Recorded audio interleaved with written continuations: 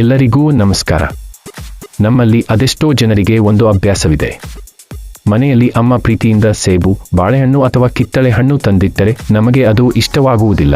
ನಮಗೆ ಬೇಕಿರೋದು ಏನು ಗೊತ್ತಾ? ಕುರುಕಲು ತಿಂಡಿ, ಚಿಪ್ಸ್, ಪಿಜ್ಜಾ ಅಥವಾ ಬರ್ಗರ್. ನನ್ನ ಗೆಳೆಯ ರವಿಯ ಕಥೆಯೂ ಹೀಗೆ ಇತ್ತು. ಅಮ್ಮ ಹಣ್ಣು ತಿನ್ನು ಮಗನೇ ಅಂದ್ರೆ ರವಿ ಮಾತ್ರ ಅಮ್ಮ ಹಣ್ಣು ಬೇಡ, ಚಿಪ್ಸ್ ಇದ್ದರೆ ಸಾಕು ಅಂತ ಮುಖ ಸಿಂಡರಿಸುತ್ತಿದ್ದ.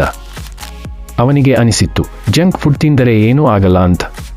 ಆದರೆ ಸಮಯ ಕಳೆದಂತೆ ಏನಾಯ್ತು ಗೊತ್ತಾ? ಶಾಲೆಗೆ ಹೋದರೆ ಸುಸ್ತು, ಆಟವಾಡಲು ಹೋದರೆ ದಣಿವು. ಗೆಳೆಯರು ಕೇಳಿದಾಗ ನನಗೆ ಯಾಕೋ ಶಕ್ತಿಯೇ ಇಲ್ಲ ಅಂತ ಹಲುಬುತ್ತಿದ್ದ. ಆಗ ಅವನ ಗೆಳೆಯಮನು ಒಂದು ಮಾತು ಹೇಳಿದ, ಹಣ್ಣು ತಿನ್ನೋರು ಸ್ಟ್ರಾಂಗ್ ಆಗ್ತಾರೆ, ಜಂಕ್ ಫುಡ್ ತಿನ್ನೋರು ರಾಂಗ್ ಆಗ್ತಾರೆ.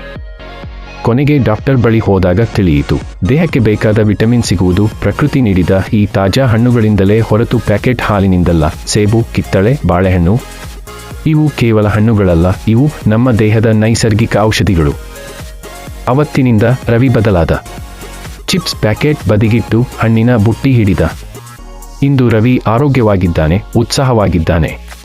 ಕೊನೆಯದಾಗಿ ನಾನು ಹೇಳುವುದು ಇಷ್ಟೇ, ಜಂಕ್ ಫುಡ್ ಎಂಬುದು ಕೇವಲ ಕ್ಷಣಿಕ ಸಂತೋಷ ಅಷ್ಟೇ.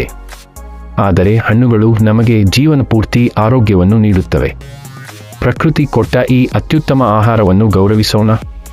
ನೆನಪಿಡಿ, ದಿನಕ್ಕೆ ಒಂದು ಹಣ್ಣು ತಿನ್ನಿ. ನಿಮ್ಮ ಆರೋಗ್ಯವನ್ನು ನೀವೇ ಕಾಪಾಡಿ. ಧನ್ಯವಾದಗಳು.